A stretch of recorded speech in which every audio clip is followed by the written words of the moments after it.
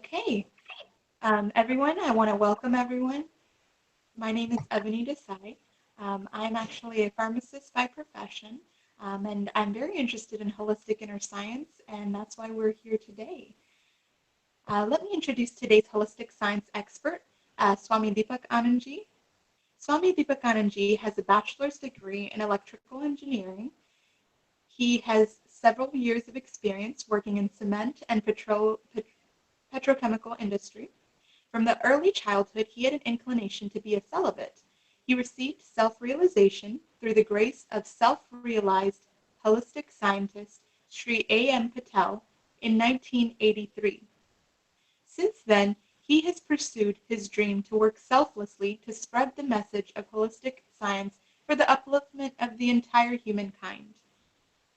He has devoted his entire life to studying holistic science and visiting rural areas and cities in India, the UK, Canada, Europe, Africa, Australia, and New Zealand to spread the scientific understanding of life through holistic science. Welcome, Deepak Anandji. Today's topic is again linked to happiness. It is about understanding of greed and how it can hinder happiness. Swamiji, can you give us an overview of what greed means in our daily and the effect in our daily life and the effect of it internally?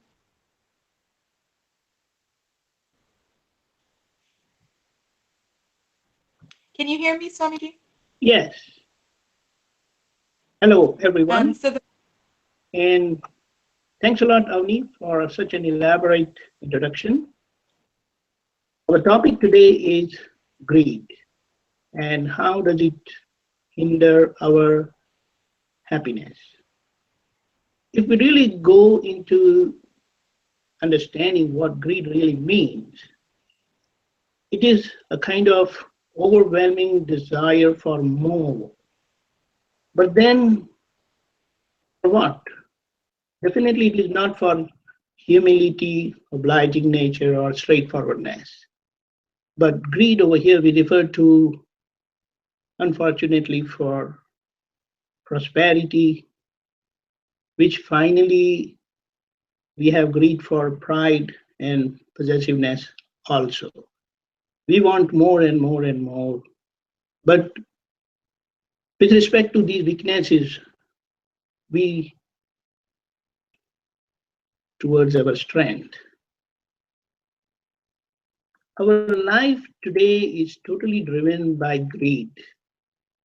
It means giving or want to give others, come to me, fulfilling and satisfying my greed. What? My necessity, for my necessary consumption. So here we need to understand that.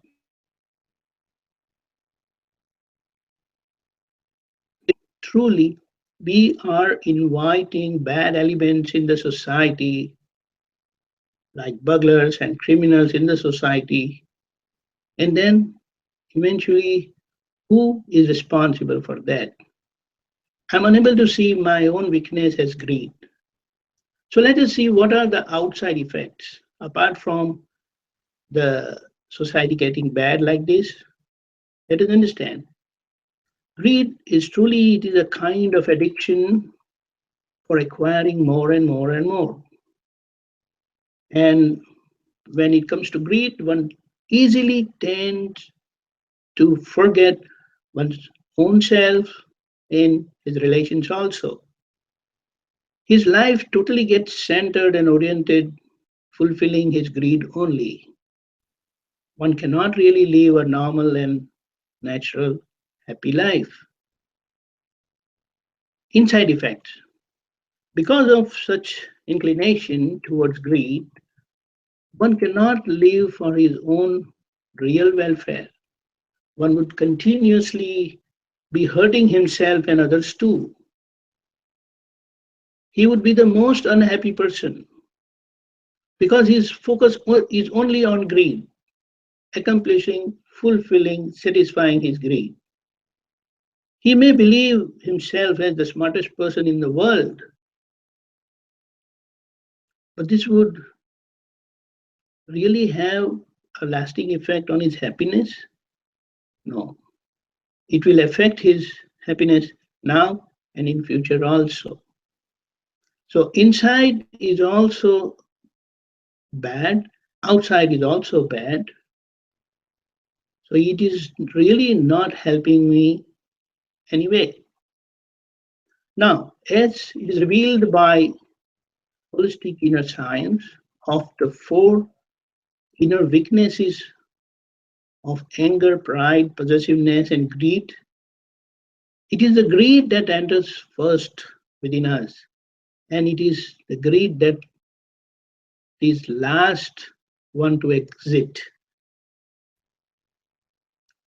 And if we really observe how did it really start, we watched others, we came into interaction with others, and as per the cardinal principle of learning, as we see, so we learn, we have learned this weakness, got this weakness. So such social living compelled us to come in interaction with others, but inadvertently we caught this virus of greed from others. And as we know, nothing comes from nothing. It is we who get succumbed to greed. We accepted it, although we got it from people around. That's how we become totally responsible for ourselves. So, what does this greed really do to us? It makes us commit mistakes, follow wrong practices, physically hurting others, causing disturbance in the nature, basically living unnaturally, thereby inviting unhappiness, pain, and sorrow for my own self. It's what greed gives me. Further, let's say if I fail to accomplish and satisfy my greed, then what happens? I go still deeper and aggressively try accumulating again, making us commit more mistakes, further cheating, manipulating, compromising, stealing, following unethical, immoral practices. In short, we end up hurting others, using even anger for its protection, further opening doors of severe unhappiness, pain, and suffering. So, the second case could be, let us say I succeed in fulfilling my greed. Then it gives birth to other weaknesses of pride because of that accumulation, possessiveness. And I enter, these weaknesses enter into my being, which further make me hurt others. Because for the protection of pride and possessiveness, possession, what it means, I'll be using anger while protecting and safeguarding these weaknesses. So, as an artist called Agnes Martin has said very well, it is our awareness of weaknesses that we invite unhappiness in our life, which ultimately eludes our happiness. This is because happiness is intrinsically there all the time, that being our true nature. So, this is how greed as our inner weakness would hinder our natural state of perpetual happiness, what we call as bliss. Okay?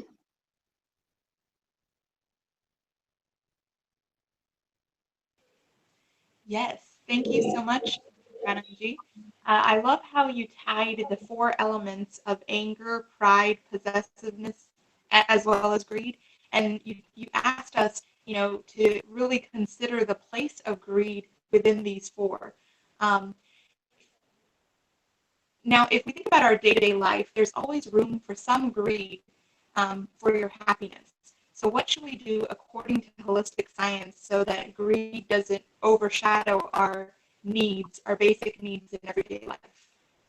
Right. Again, a wonderful question. So we should ask ourselves, Do we really need to have greed?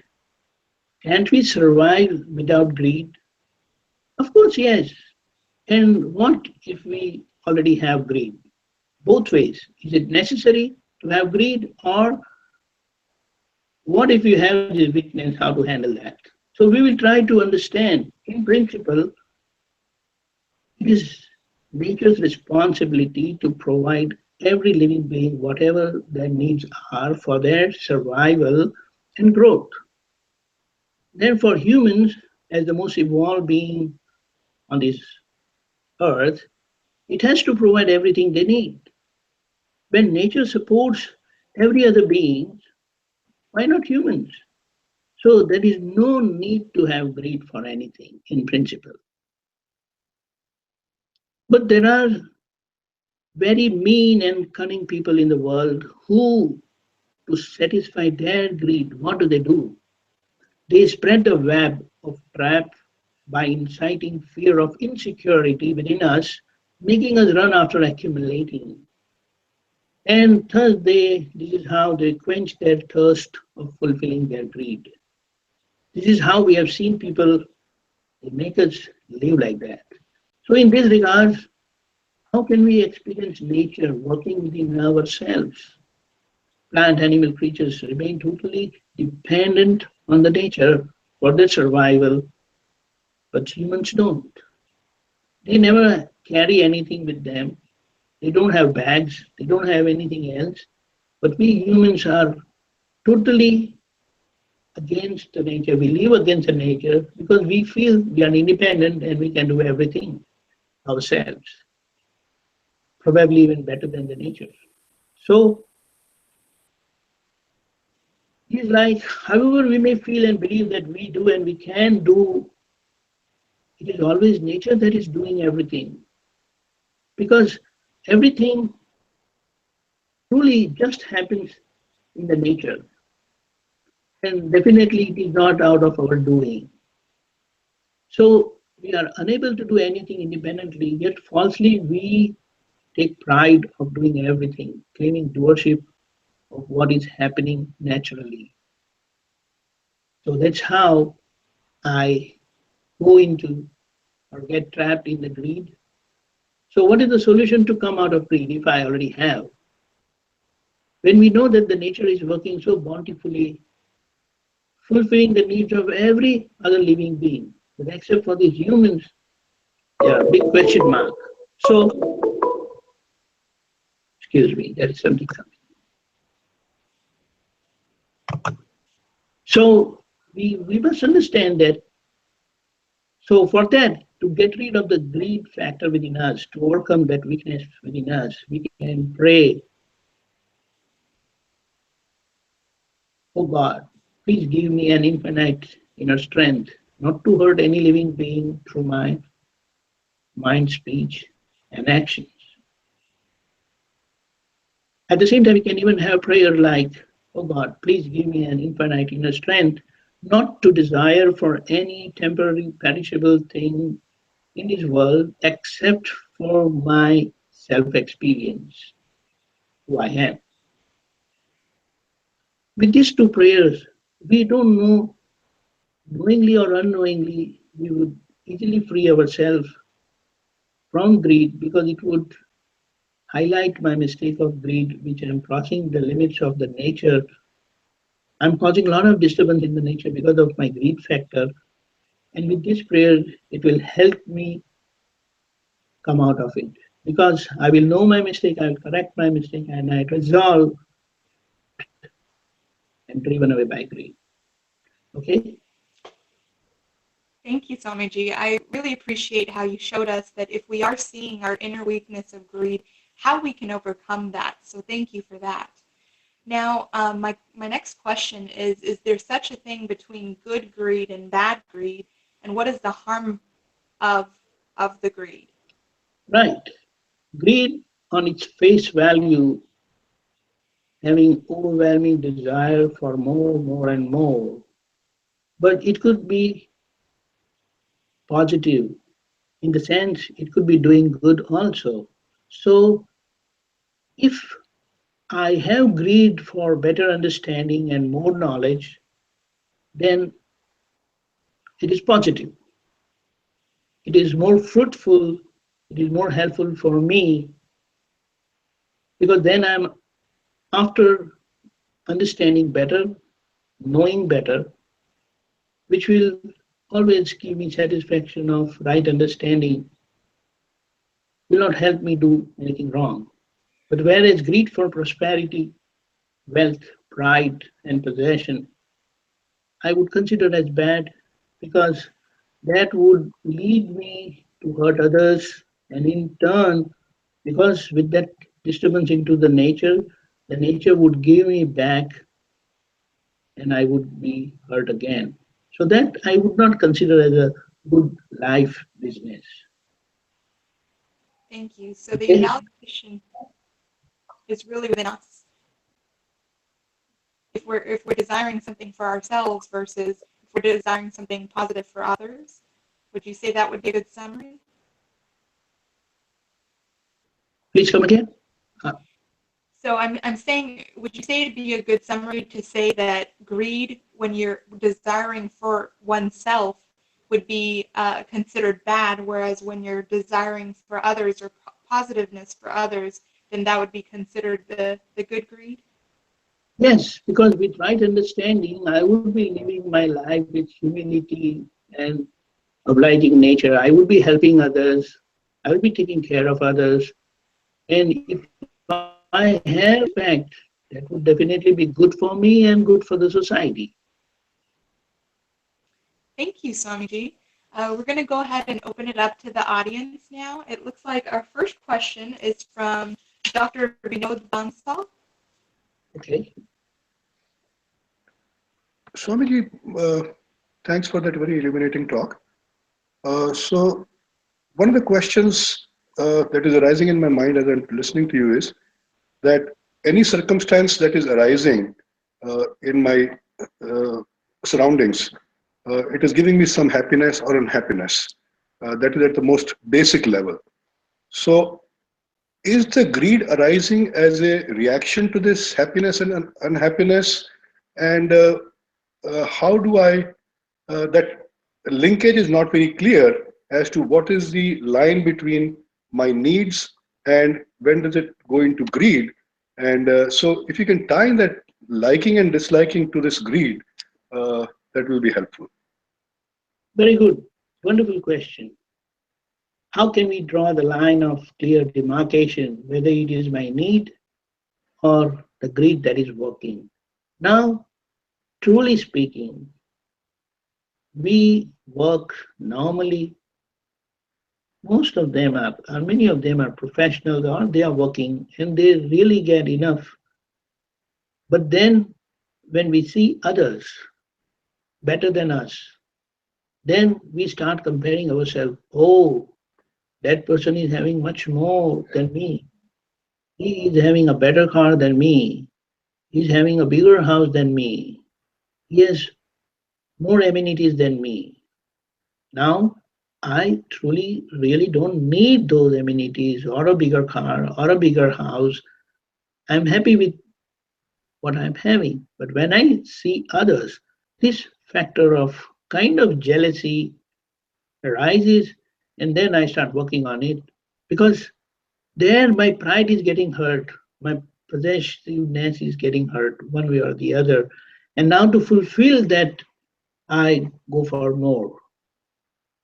So I want more, more. So here, what would be better if we look at someone who is down below us? Then we will see that, oh, with this limited requirements, this person is living so happily. There's no need for me. I'm much better off than him. So whatever I'm doing is fine, is okay. I don't need more. So naturally, when I see someone lower in my level financially or economically, and that when I see that he's happy, this feeling would naturally go and I would continue living the same way. Okay? Thank you. Thank you, Swamiji. Looks like our next question is going to be from Mr. Ajay Raval. Yeah. Swamiji, you explained in the beginning with the greed, there is a connection between uh, anger, pride, and prosperity. And also in the last question, you explained how to demark ourselves between need and greed. So now my next question is like how this interconnection work. Is due to greed we get the anger, pride, or prosperity, or all four linked together? And what's the governing factor? Like which one govern all the four, like anger, pride, prosperity, and greed? Good, good. Wonderful, wonderful analysis. Let us try to understand that, the weakness, inner weakness is what is explained and elaborated by holistic inner science. It says greed enters first. So with the greed, because when I see others, I come in their influence, and that's how I see others running after money, wealth, prosperity, basically riches. So then I also start running. But then we took two cases that if I fail, then I'm working more aggressively fulfilling my greed. But what if I succeed and prosper myself? Then with that accumulation, naturally what pops up next is pride. I am better off than others. Others, what do they have? And then further down the line, you become possessive of what you already have, what you have accumulated. And now, if anyone crosses or attacks or takes away your possession or hurt your pride, or if you find someone better than you, then that anger comes into picture for the protection of pride, possession, and prosperity, our riches. So that's how it come into being. Otherwise, if you understand your need and remain well within the boundaries of your need, not getting driven away by greed, then the question of pride possession will never come. We must strongly focus ourselves that the nature which is providing and supporting every living being, it is going to provide us also. It is providing. But when we see others and we start running like them, get affected by greed, want more and more, which really it is not necessary for me. It is not out of my need. That's how these weaknesses come and they are connected like this. Okay? Yes, now it's clear. Like the first step is greed, and everything is connected in connection with the greed. One more thing I would like to add over here that people who want more, they create a web wherein straightforward people they get trapped because they build or they create a kind of insecurity within us, fear of insecurity, that you must accumulate, you must do this, you must do that. And that's how we start running. Does that make some sense?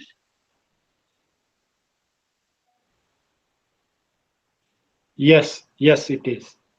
That's what. So we must, when we see others, we must have an evaluation, fair evaluation, what I be doing, right? Yes. Right. Thank you so much. Thank you. Thank you. It looks like we do have a question by Miss Geeta Desai. She actually sent an email to ask this question. Okay. Her question is, in the field of business, is there a relationship between greed and profit? Greed and what? Profit. I didn't get. Profit, like in business, when your business profits? No, profit. Yes. So come again with the question. What is it? Is there what? In the field of business, is there a relationship between greed and profit? No, no, no. One thing is there. Greed, what it would do, it would make you or instigate you having more profit. Now, if you are in a business, then definitely you have to have profit because profit is your earning, basically. Whatever business you have done and whatever you earn is the profit, that is your earning. Now, if that earning is enough for your survival and for your near future support, then it is fine. But when the greed factor comes in, I want to multiply my profit. And to multiply the profit, somewhere I'm going to compromise. Somewhere I'm going to follow some unethical, immoral practice. That is where I go wrong. So if that profit is enough for my survival and my near future needs, then it's fine. But people always say they have made some evaluation. How much would you say enough is enough? And people have tried to give their account through very elaborate analysis that it has remained always an all-time questionable issue. How will you define enough is enough? So that is a problem. So one must decide for himself a clear line of demarcation and have some evaluation, logical, rational evaluation, and bring a boundary to their profit. Okay? Thank you. I noticed there are a couple people on the call. Mr. Devendra Patel. Mr. Patel, would you like to ask the next question? No, I got the answer. I got the answer from. Okay, great. There's one other person. I saw Mohan Gada. Mr. Gada, would you like to ask a question?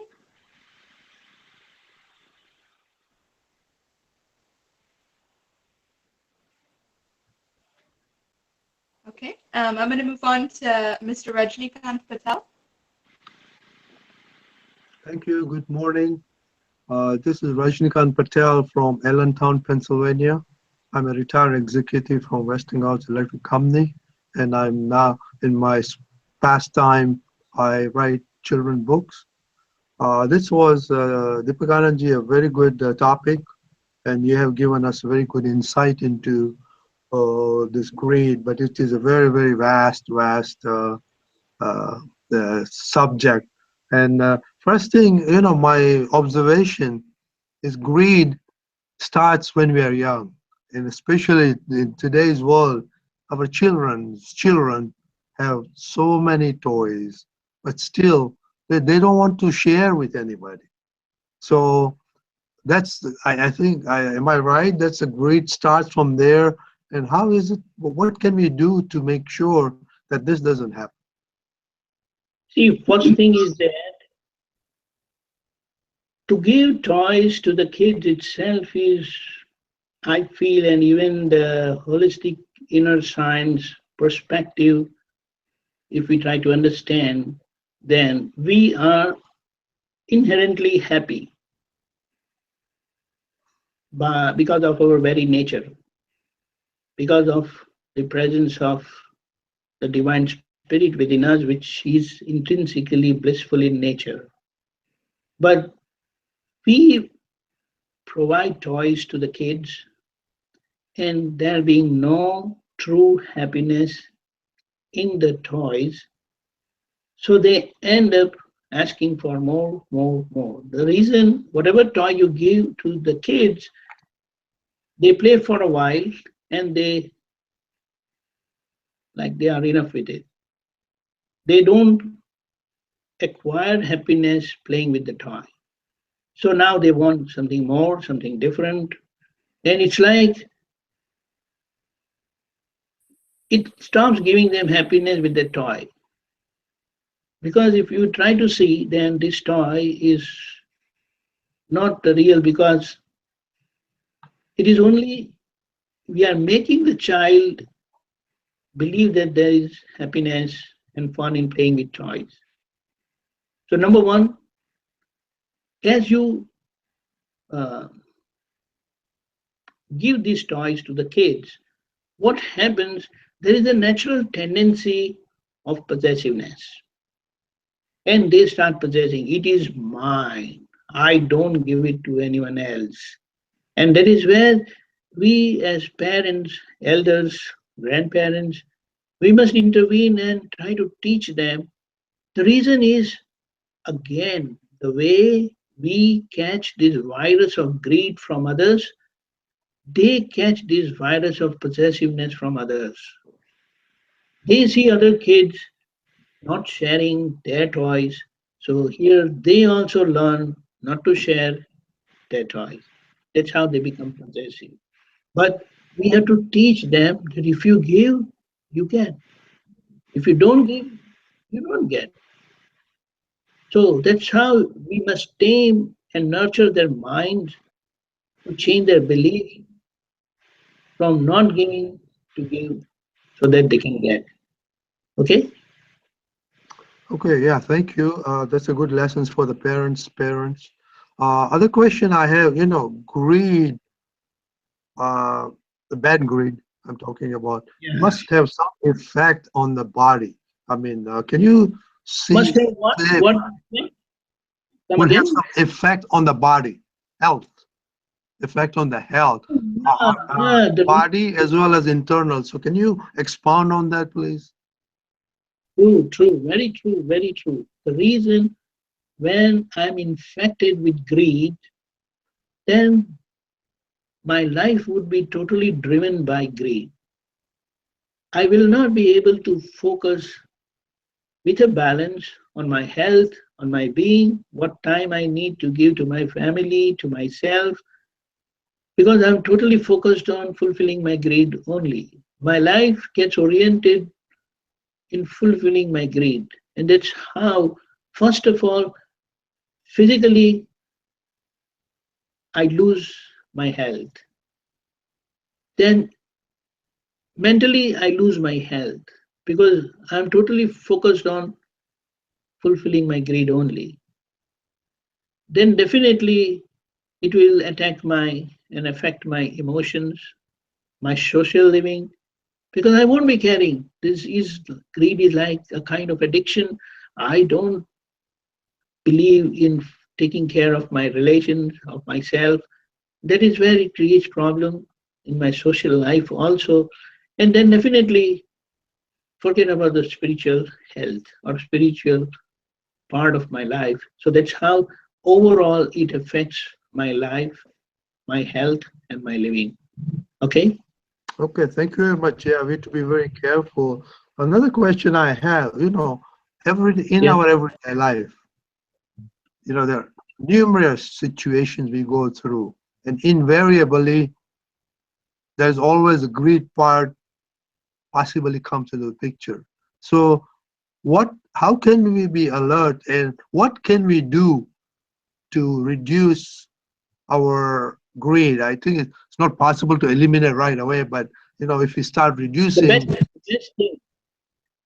best thing is be in company of good people who are free from this weakness.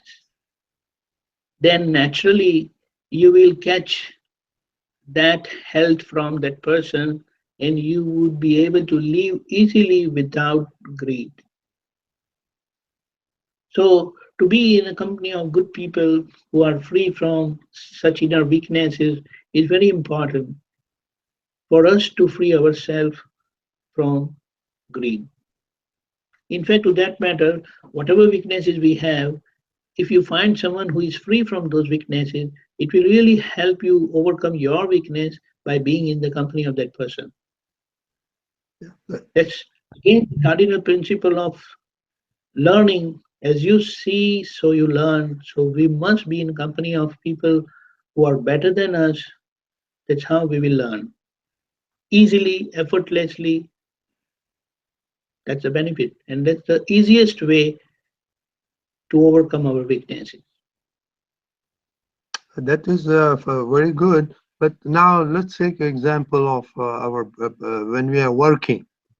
There's always inner greed to get more pay, more raises, uh, promotions, and all that. So invariably, you're trying to compete to get into that. So I mean, in that environment, there may not be people like you say whom we can see who doesn't have greed.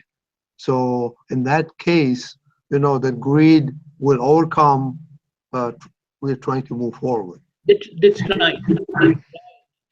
But to greed, I can say that a limited factor, a limited amount of greed is in a way necessary for you to have a kind of uh, what would you say, a kick, a burning fire, so that you keep working. You want to be better off. So it is like, let us say, in any company, any place you're working, you must strive to be edge ahead of others through your work, and that will only help you because in any situation, in that situation, if they are thinking of removing, laying off some people, then probably you would be the last person they want to lay you off. The reason, because they know this person is working a little more than what others are doing. So, not considering that as greed, but trying to put yourself in a better position so that you safeguard your interest of survival. So, I won't consider that as greed, but you see, you need something to keep you moving. So, in a way, to have a limited amount of greed, not unabated, uncontrolled greed, it helps you move further, stick around with what you are doing. Otherwise, at times it is possible that you don't have any motivation to do anything. So you can use that as a motivation for your sustained and good work. That Does that make some sense? yes, that's a good idea. But the other thing is also, invariably for getting ahead, competition and comparison always comes into the picture. So how can we make sure that we don't get into that do loop of competition and comparison? See, one thing, comparison and competition could be very well positive also, because that will help us work little harder than others. Because if you are from the common flow, it won't make you happy. Everyone wants to be special, unique person.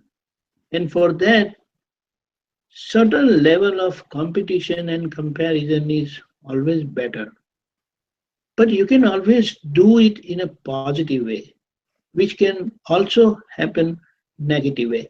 In the sense, if you are comparing and competing and trying to work more, trying to work better, it is positive. But with that competition and comparison syndrome, I would say, I try to cut the other person, try to snub the other person, try to see that his performance go down so that I become better than them. That is where a caution is should be considered, because then you are doing something wrong into the nature for which the nature would pay you back, for which you will have to face unhappiness, pain, and suffering. Yeah, that's a good advice. Thank you very much.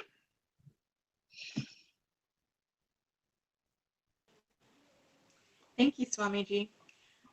With that, if no one has any further questions, we're going to go ahead and conclude the talk. No, I just, Dr. Bansal has a question. Dr. Bunsel, okay. Dr. Bunsel, go for it.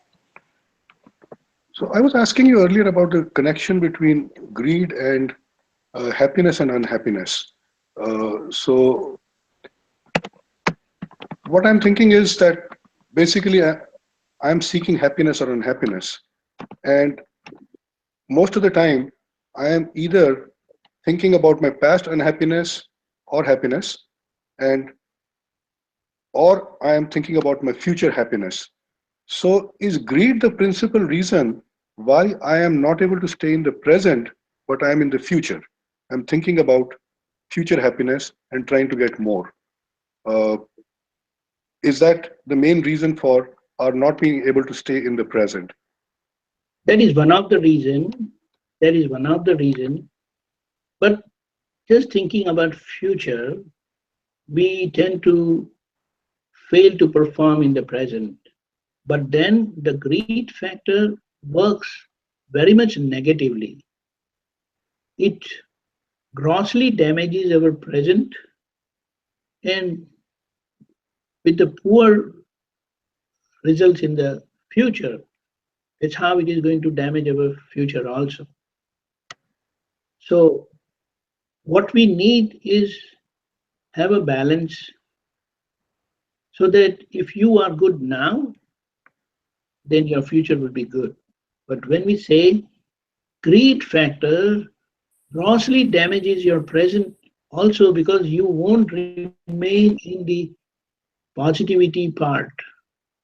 You will follow all negative practices, immoral practices, cheat, manipulation, compromising principles. That's where you will be damaging your present, and because of such practices, you are going to damage your future badly, right?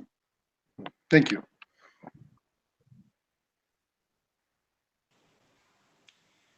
Do we have any more questions from the Yeah, I audience? have one question since we have time.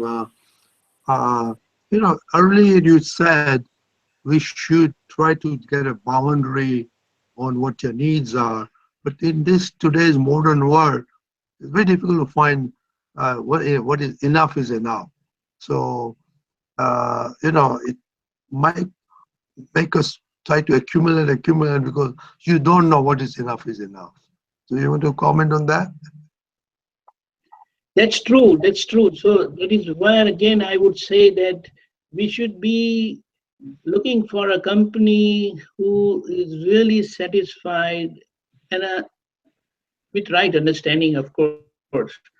There are people who are satisfied with very much less also, but on an average, you must look out for someone who is balanced, and then with his living example, we will be able to remain within our boundaries and not enter into the boundary of greed where we lose our sense of responsibility towards ourselves, towards our relations, and everything.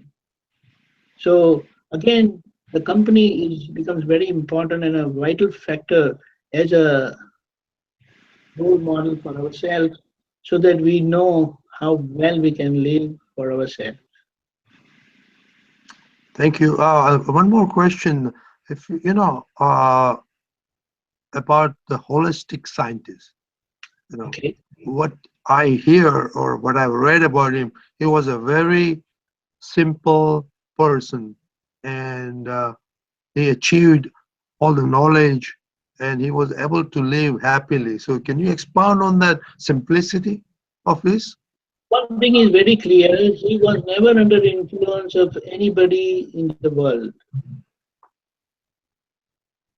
He observed nature, and through self experimentation, he developed and revealed the facts of nature. And that's how We follow him, we want to understand what he has said. So, why he's a simple person? Because he's totally free from all these weaknesses of pride, possessiveness, and greed, which others are totally blended in that, and the whole life is oriented towards that only. He never believed anything on its face value, but if anything came up to him, then he would experiment that on his own body itself, on his own life, and he will draw, or that's how he has drawn all the conclusions, and he has given us his experience and conclusions in the form of revelation. And it remains for us to again counter experiment on our life through self observation to confirm that whatever he said really makes some sense. And that will become our experience. That is very good. Now, you said, as my understanding, nature does not have greed. And you said he lived naturally. So, what does that mean to live naturally?